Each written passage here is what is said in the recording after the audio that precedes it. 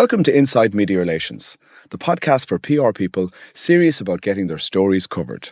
In this episode, the first answer, why AI is changing the value of earned media. We're looking at how AI is reshaping visibility, discovery and influence, and why earned media is more important than ever.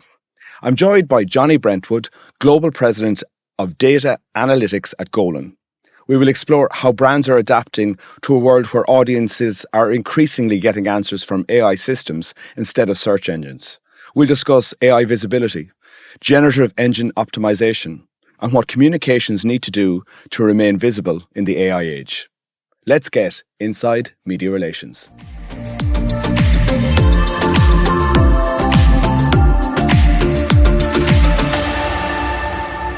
Johnny, welcome to the show. Good to see you. Good to see you, and thanks for having me on. Yeah, so Johnny, we've known each other for a few years through the International Conference Network, and let's start this chat in a cave in Bulgaria where we were a couple of years ago. We were brought by a mutual friend on a road trip in Bulgaria. And who thought for the world of data and measurement was boring? Exactly, yeah. I didn't quite.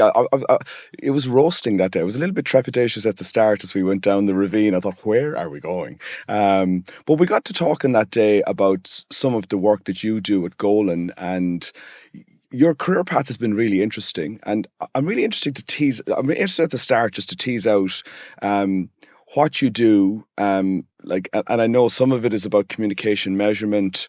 It's about data leadership and data science leadership, strategic consulting, looking at future trends. If you know that feature in the Sunday Times, A Day in the Life, where people describe kind of a normal day, if one exists in your world, what does it look like? You know, not even my mum really understands what I do. She still thinks I work in advertising, but I'm very clearly in the data business. I was in the data side before it's a thing. But if I try to think about how I describe my job, think of it in terms of I want companies to be data-driven in their communications. So all that time people are working in marketing and they think, hey, this sounds like a really cool idea. Well, it may be a cool idea, but I want to make sure that cool idea is baked in solid data. Is it the right message for the right audience? Are we going to hit them in the right way, in the right place where they hang out? Being data-driven makes us better, makes us smarter. And it's not just about how did we do, it's making sure we do well in the first place. If we start at the start, and when I was a corporate PR practitioner before I got into the software world, one of the greatest mysteries to me when I'd meet a prospective client, and it never got any easier, where they'd say, oh, can you do some public relations? Can you communicate for me? And we'd sit down and I'd say, what do you want to achieve? And we'd try and explain to the client that if we design it to be measured, we'll be able to measure the progress. And that notion of, at the start of a campaign, knowing what you want to measure, knowing what, like in sporting analogy, we know what the cup looks like, we know what the trophy looks like.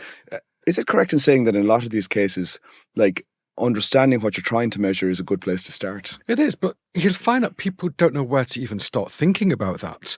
So you need to, I always say, write for the reader. Put it in terms that the person you're speaking to understands. So everyone understands the purchase funnel, the customer journey. Now let's go back to that question about what are we trying to achieve? Now the first step is awareness.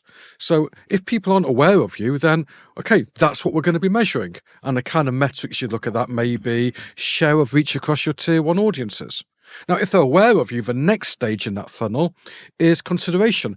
Should I buy this product or that product? Coke or Pepsi? Burger King or McDonald's? And then it's a differentiation play. If that's the objective, then the KPIs are around consideration. It's around engagement. People really believe in that point. If they understand who you are and how you differentiate, then the next stage is affinity. Do they like you? And that's a case of the KPIs there would be around sentiment and love and trust of that brand. The next stage is that action or purchase. Are they going to buy from you? And the KPIs around that. And finally, are they recommending you, that advocacy? So to ask your question, what are you trying to achieve? Well, let's see where you are in the customer journey. And that defines the KPIs you should go for. And in a fabled agency like Golan, that's been, one of the most famous PR agencies that was ever created, and it's probably, 80 years old now, from when it started. Like, when clients come in, I'm assuming you've created analysis frameworks, you've created things that can plug and play, and then you tweak them as people come in based on what their needs are. What does that look like when a new piece of business comes in? The skeleton remains the same. It adapts to the current need. I think about how we measure now and how I measured 20 years ago. A lot of the core principles remain the same. The problem is the world has changed. Yeah. And so we've had to bring in new approaches with it. Gen AI being a great example, because we're now marketing and looking at more channels than we ever have done. So the concept remains the same, but I always like to think if people are just using measurement to evaluate the past, being descriptive, that I'll give ourselves a mark of 4 out of 10. What we need to do is move from descriptive to prescriptive. So just measuring the outcomes of what we do is descriptive. Measuring what we should be doing is prescriptive. And if we can be even better by going from prescriptive to predictive, which is anticipating the future, so we can get there first. And do you still think, one of the greatest pitfalls of public relations is the soft nature of it? And sometimes I think that the industry sells itself short because, if it's not going to execute properly, or if it's not measuring properly from the start, of course it'll be soft. But if you obviously there are unintended consequences to being proactive. But if you go with a full measurement framework and you're intent on taking the ruler out at the start, and you design something that can be measured, obviously you're going to be able to give harder data and harder success metrics to people. Yeah, we should be made accountable for what we do. If we don't set clear goals, then people are just going to do the wrong stuff. And we also need to be honest. I like to say we need to embrace the ugly baby. Say, you know what we tried to achieve, it didn't work. Yeah. If we do some bullshit metric, then we're going to make sure we repeat that same mistake in the future.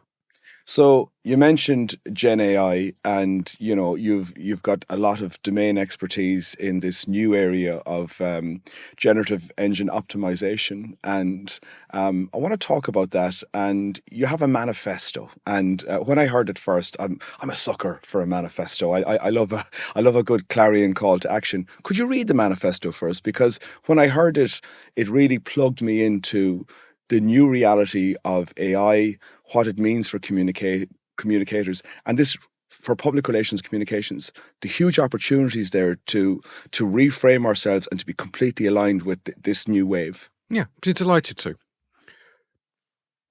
The world has changed. Every audience you've ever communicated with now has a machine in front of them. Power has shifted from publishers to platforms, from editors to algorithms. Now, the organizations that understand this shift will lead. The ones that measure but don't act will disappear. We are no longer competing for headlines. We are competing for inclusion. We are now marketing to machines. I love it, and it's just that notion of when I heard you read it the first time, I thought, God, that so simplifies everything. Talk to me about inclusion, and talk to me. You also have you've very, very clearly 4 F's for visibility, and this notion of if I'm a practitioner now and I'm a communicator, talk to me about the importance of being visible in Claude and Perplexity and ChatGPT, and what that means to drive the objectives and the things that are underpinning the communications. And I suppose then it's a big question, and then the methods by which I can make that easier for myself.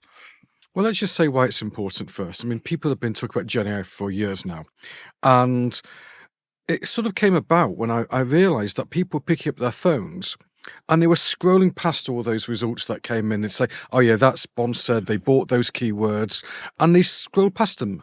That's called zero click. It doesn't go anywhere.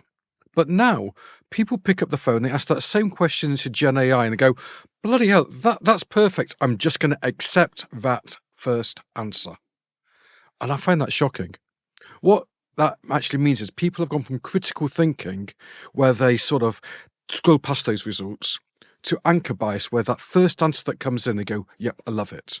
Now, I prefer to live in the reality of where we are rather than where we'd like to be. I'd love people to apply more critical thinking, but they don't. And so knowing they're going to accept that answer that Gen AI comes back with, it's so critical that we influence the results of that first answer.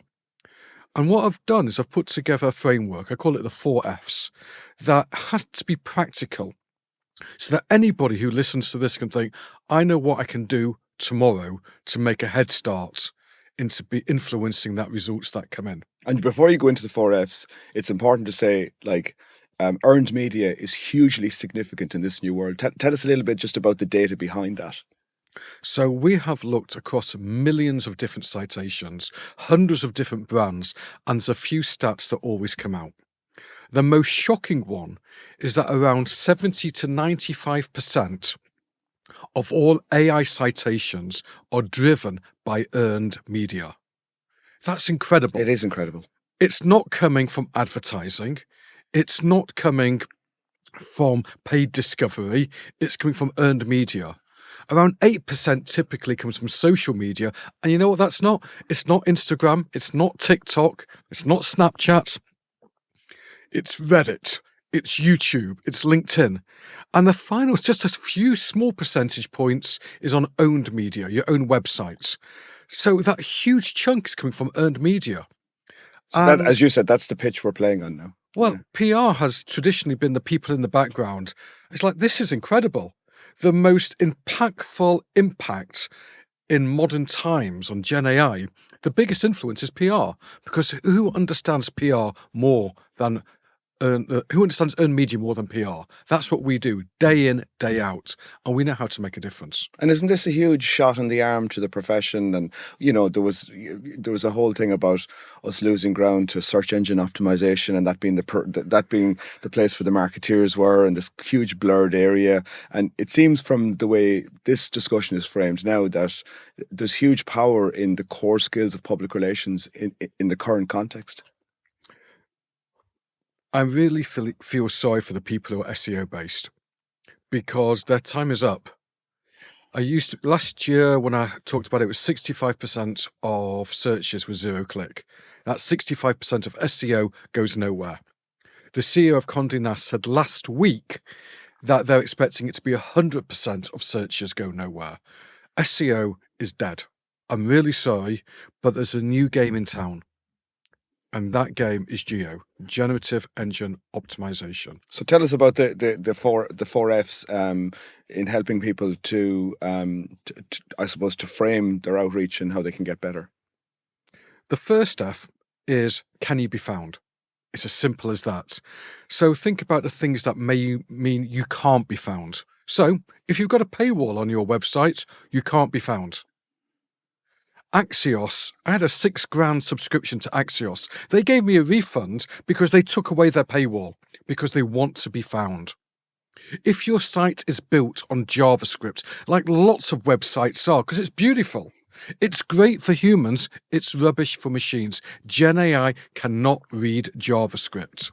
So, what about the URL?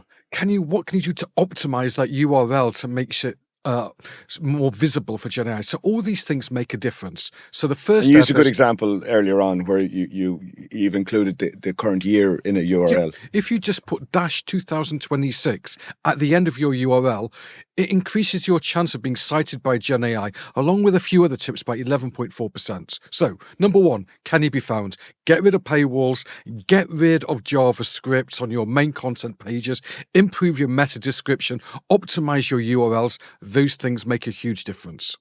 The next F is the feel of what you're saying. All my working life, people have talked about message pull-through as a key thing we want to do.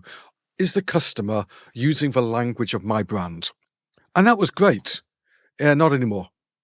What we've got to do now is adopt the language of our customer. It makes sense. I have no idea why we don't do more of it.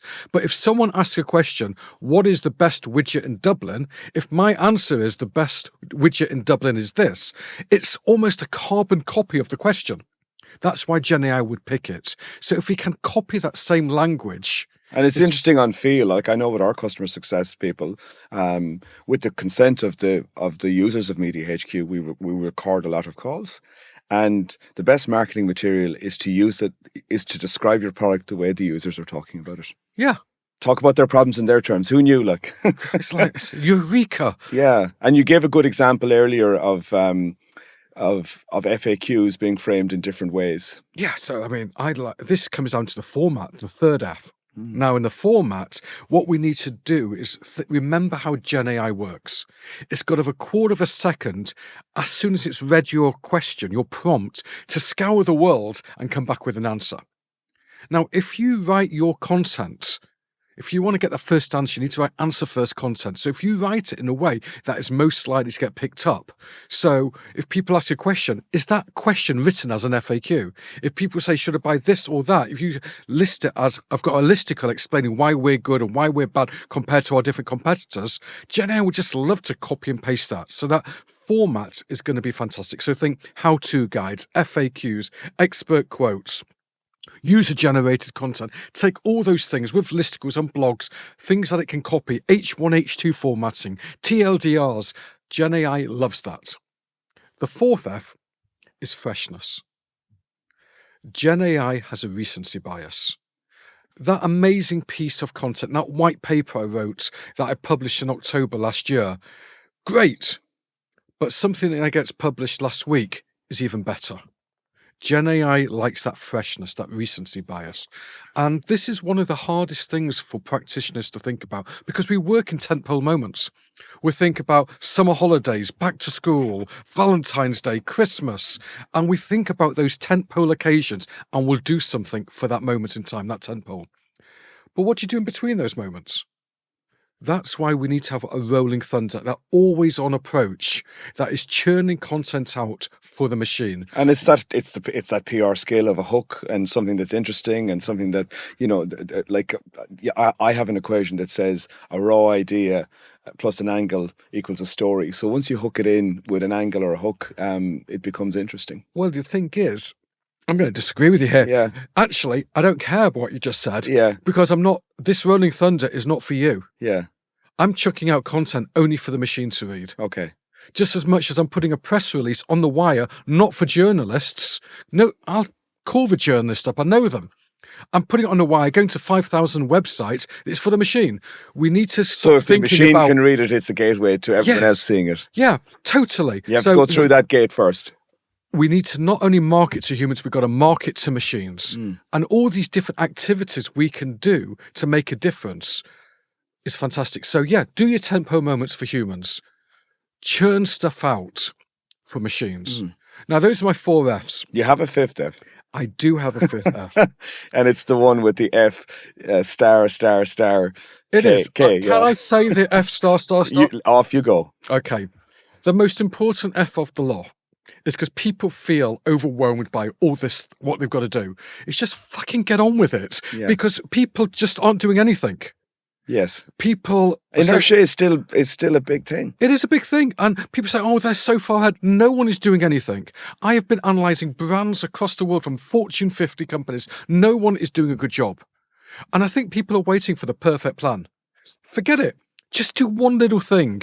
Maybe tomorrow, that YouTube video you've got, you're going to put the transcript in. That's amazing. Well, like that's going to make a huge difference. When we talked about this earlier and you said that, I was on the chat to the office and I said, every episode of this podcast, can you please upload all of the transcripts so that they're going to be much more easily found? Exactly. Yeah. Also stick it on your website as well. I mean, do everything you can to be found by Gen AI. But just start. Just do a few little things. Marginal gains make a big difference. And do you find, like, one of the things I find, and like you, I've been evangelizing using technology for 20 years now, but like it can take, some people get it really quickly. One of the good things about the dawn of AI is that if you've been hiding under a rock, there are far few places to hide now, that it's not coming, it's here, and it's been here for a while. So like giving people a framework or a way in which they can, and people have to change their work processes, I suppose, too, and that can be hard. It is going to be hard because we've got a different way of working now. And those old school PR practitioners who say, no, this is how we do it, you got to wake up because there's a whole new way of working. I don't care how wonderful, creative your idea is if you're getting killed by someone else because you're not turning up in the first answer. To be clear, though, I'm not saying stop doing those wonderful PR activations.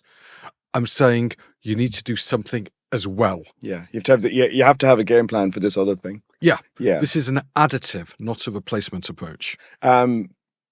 You also have a theory on, if we're 12 months from a commercial point of view, of the impact of where AI is going to be and how it's going to be driving commerce. Tell me a little bit about that, about where the hockey puck is going on that. So this is my vision bit here. You can come in here and tell me I got it completely wrong, but I'm thinking about where we're going. And it's sort of, remember a few things that I've said. I've talked a little bit about the rolling thunder. I've talked a little bit about the importance of being that first answer. So I'm going to extend that thinking. The first stat I've got for you is that we need to recognize that, and especially in the consumer space, in the UK, Ireland, US, a third of all prompts that people ask in the consumer space are generating a shopping experience. What that means is that when you go there, it actually says at the bottom, hey, here are some products that actually do what you're looking for. That's new. Now, out of those, a third of the people who are looking at that from that category in the Gen Z space actually go and buy. That's still a small percentage, it's a third of a third. It's a tiny amount of a specific demographic, but that's going to grow. This is agentic commerce. This is why I think it's important, and I think it's going to be groundbreaking in the PR industry. PR has historically had a tough time because we are too far away from the euro, from the money spent. And that's why a lot of the paid advertisers go, we did this, it clicked there, they bought that. And they got that clear link between action and outcome. And we try in the PR space to sort of talk about different outcome metrics, but nothing as good as dollars spent. So now let's go back to the agentic commerce. A third of all prompts are generating a shopping experience. A third of those people are buying in agentic commerce. Well, what influences that scenario? I said earlier, 70 to 95% is earned media. Well, who influences that? That's us. Yes. So where's the future? We are lower funnel visibility, lower funnel agentic commerce. We are going to be focusing there because PR suddenly has the greatest influence on dollars spent, and that can be directly attributed to the work that we are doing. And we're not saying stop the other stuff. Advertising, marketing to humans still has its play. But for marketing to machines, this is PR's moment. So I said to someone earlier today that I love hanging out with you and I love listening to you because it's almost like a full semester module when I listen to one of your keynotes. That transaction of knowing how to give value. And we started with the manifesto. We spoke about the 4 Fs. I want to bring you to another piece of work, and we're not overloading the viewer and the listener here because I love practical action plans. Your takeaway on 10 ways that PR people can now influence. Let's go. Let's do a quick run through on, you were saying people need to change their workflows. They need to get on it. They need to start now. Let's run through that list of 10 ways to influence now. Do you want to kick it off? Yeah. Number 1. Engage with your new tier 1 AI media list. It's obvious. We already understand the concept of a tier 1 media list. Now you need to have your tier 1 Gen AI media list. Different group of media, but engage with them in a different way. But there's so many tools out there that will help you define which media you should be speaking to that gets highly cited in Gen AI. So you engage with them. It's a no-brainer. You curate your list and you curate your content in the formats that you said. And you may not be speaking to journalists. You may just be sending stuff over, and that's fine. But it's a whole different media list. Number 2, optimize data-rich press releases and blog posts with structured markup distributed on Wire.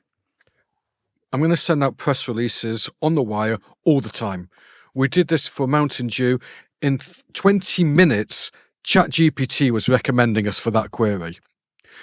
I am not talking about press releases for journalists. I don't put them on the Wire for journalists because journalists don't read those necessarily. I'm doing it for the machine. It goes to 5,000 websites. It's genius. And when you optimize it, is the structure and the format of it really different or just slightly different?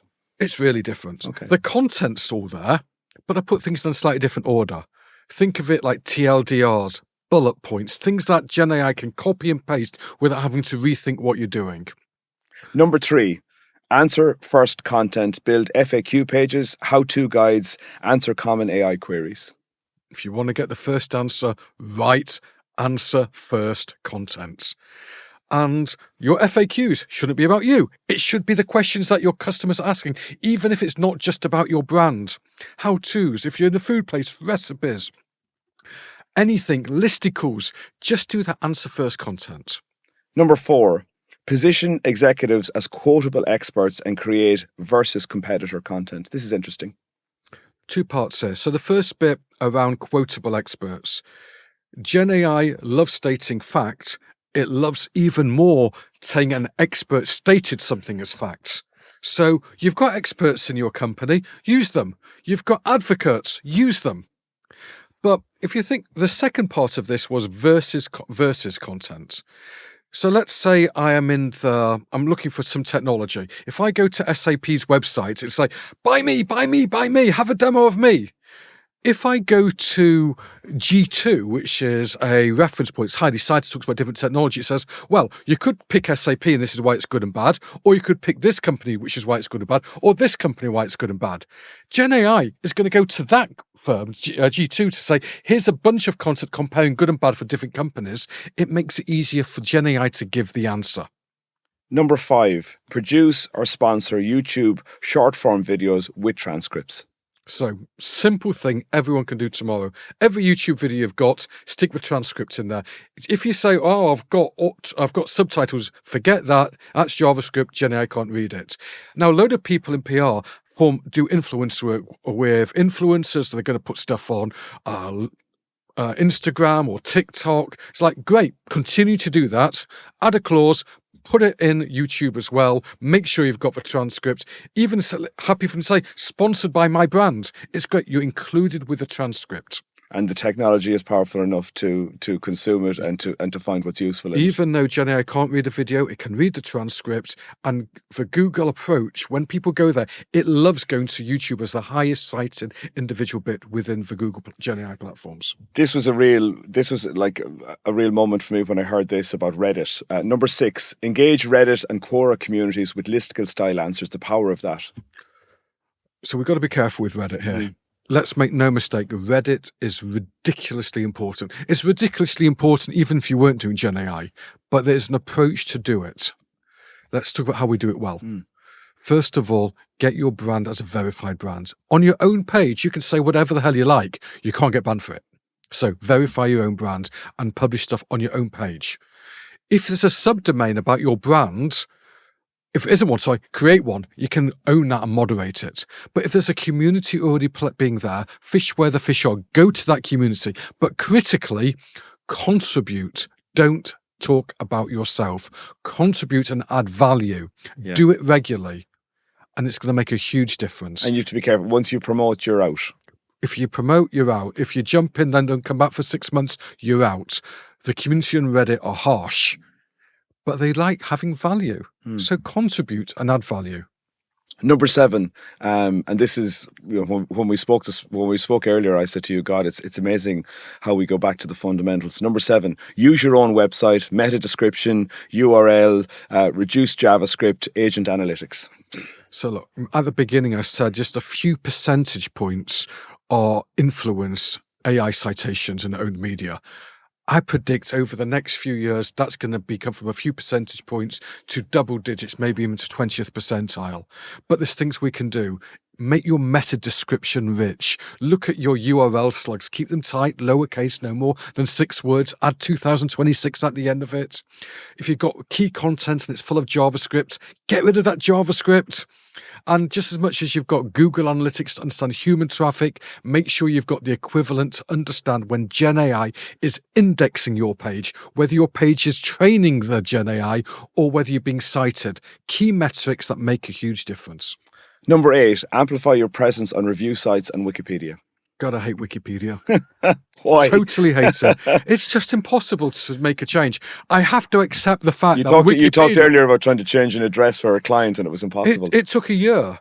Because Wikipedia won't just take my word for it. They have to find an earned citation to validate it. So provided you do it in the right way, you can change it, but accept the fact that Wikipedia is a massive influence and you need to play the long game in getting it done. The same thing, I added review sites on there because that's user behavior. We talked before about expert quotes. So stuff like TripAdvisor, G2, Booking.com, all these things make a big difference. One question on Wikipedia. So if you're getting high quality earned media, the way to activate the earned media so that the Wikipedia editors use it. I'm assuming there's a strategy around that, as opposed to it being there and it being activated. Yeah, for Wikipedia, it's a point. You say, you've got this structural comment here. I want you to replace it with this factual comment. To validate this point is accurate, please refer to this Guardian article that validates it. That's the approach to do it. It's for long game. It's important, but don't expect to manipulate Wikipedia. Don't expect to do it fast. We're on the home straight now. Number 9, monitor citations and fix negative responses and publish frequently for recency. Yeah, Jenny, I can get it wrong. You ask a question, the result comes up, and it's actually taking someone's erroneous content from a website that from 4 years ago. Well, you've got to know about that. If it's important to you, identify the content that's incorrect so we can fix it. And the recency bias, I'm going to say it again and again and again. Last but not least then, where we started off, start but don't wait for perfect. The most important thing of the lot, do not wait for that perfect plan. Don't be so intimidated by all the things you can do, you don't start. Just get on with it. Just do one little thing tomorrow because your competitors aren't doing it. I was doing some stuff in the aesthetic space for one of my clients.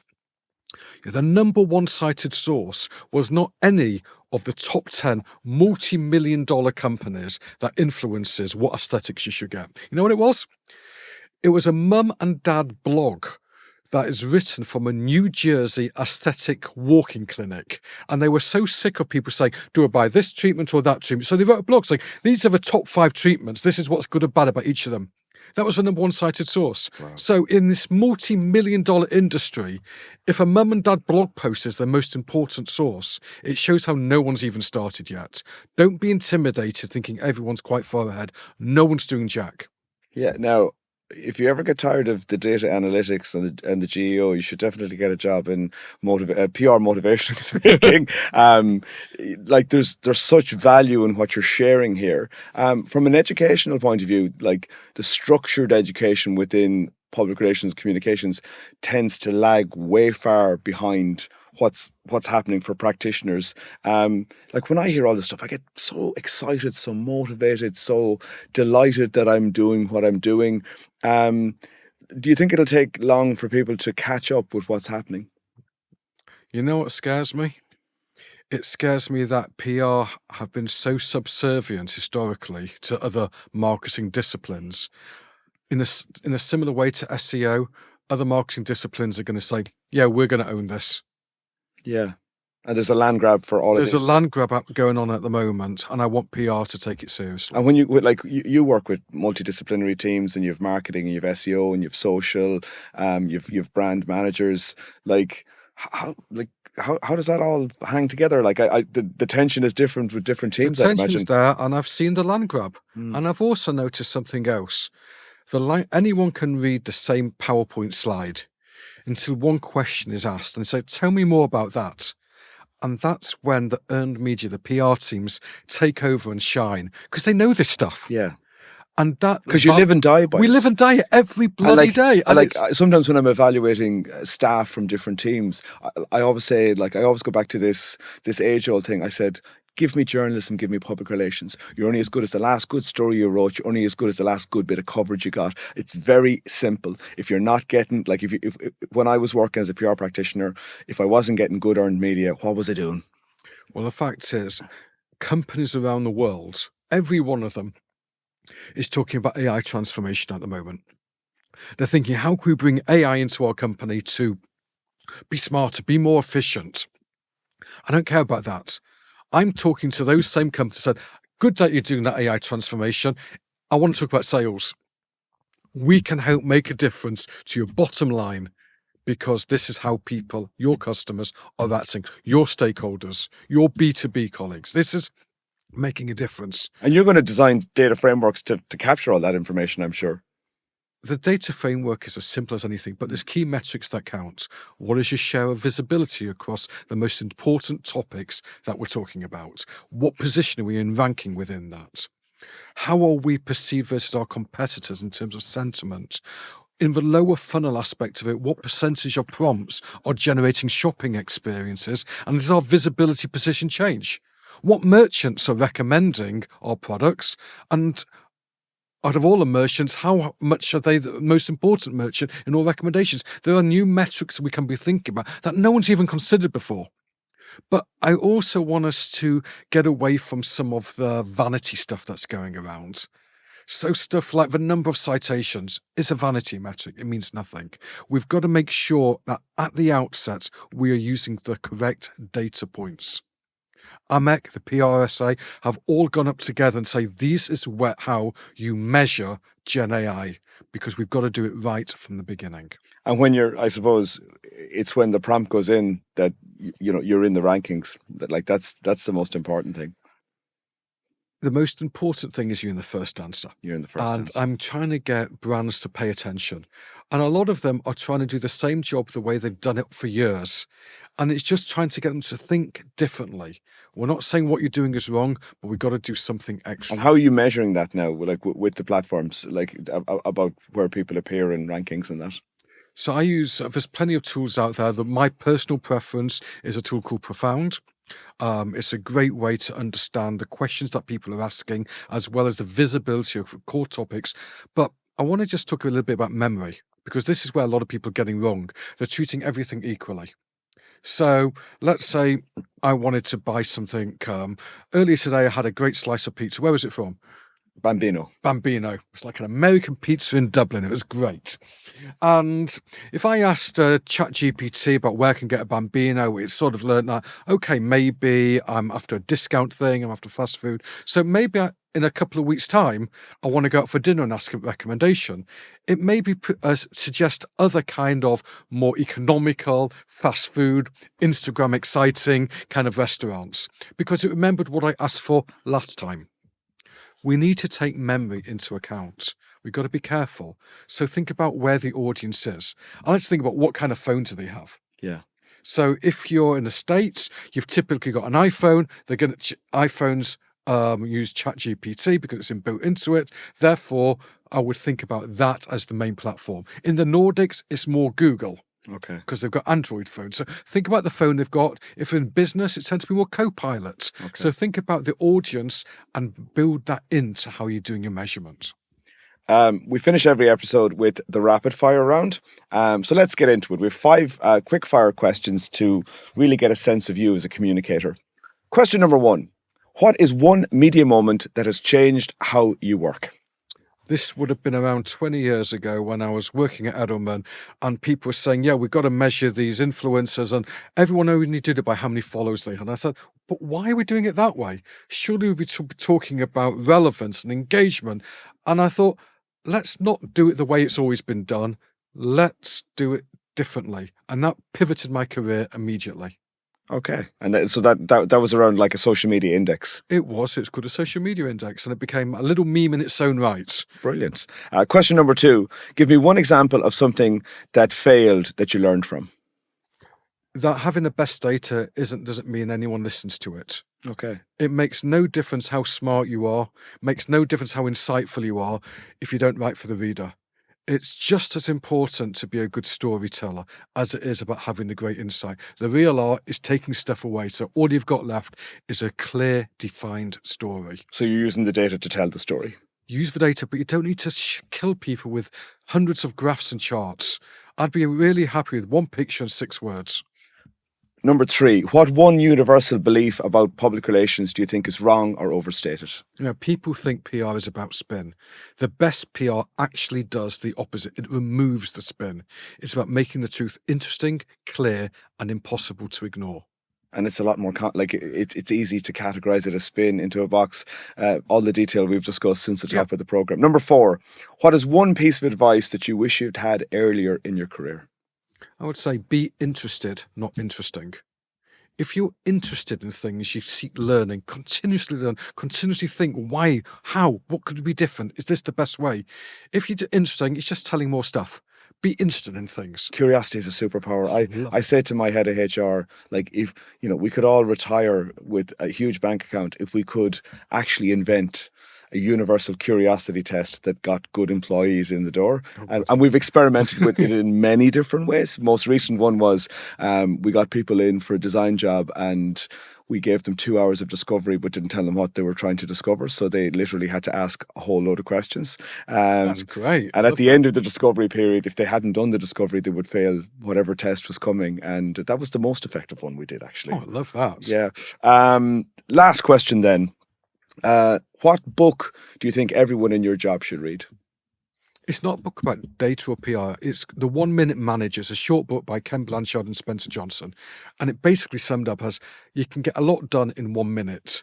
And that conciseness, that smart brevity is really important. 1 minute praise, 1 minute thinking, 1 minute goals. Just think about what you can do. It doesn't need to take a huge ream of information. Be focused. You have a very complex job and you have a lot of reports and a lot of people that you work with. I'm assuming taking that sort of focus helps you manage in those sort of situations. It really does. Like, I mean, the thing that I really focus on with the people around me is the values of them. It's not the skill. And that sort of is a bit of a weird concept. I mean, I've hired people who are infinitely smarter than me and have failed in the company because they don't have the same values. You know, the culture at Golan, we like to say we're the kind people who kick ass. Nice people who kick ass. And it took me a while to get that. Yeah. Yes, we should kick ass. We should be the best at what we do. And our bar is high. And if you're like if you're hungry and you're curious, I often say like to people, sometimes I say to Steph, don't get confused here. Like we're all here to do good work. Yeah. Sometimes things will get in the way, but that's okay. But if you're not kind, oh man, what a toxic environment. No, exactly. We want people to be there for each other. Yeah. So that value system is important to me as well. And actually, just back to the curiosity thing, I always find it really easy to manage curious people because they'll come and they'll say, hey, Johnny, you asked me to do such and such yesterday. I have this, and this done. Now I have 4 questions about the other thing. And by the time the conversation is over, you fully know where that person is. You know exactly their position on the map and you know where they're going. I want people to think. I really do. I want people to question, to challenge. Yeah. What I don't want is someone, I call it like that seagull. They just swoop in, shit on it and fly off. I mean, I want people to be considered. I want people to think about it and say, what about this? Yes. I love that interest, that curiosity. Johnny, that is a great sentiment on which to end this chat. Heartfelt thanks. Very interesting, engaging, loads of detail and really rich content that people will be able to plug in. Thanks for joining me today. Thank you for having me. It's been great. Thanks for listening to Inside Media Relations. If you like the show, please like and subscribe and tune in next time.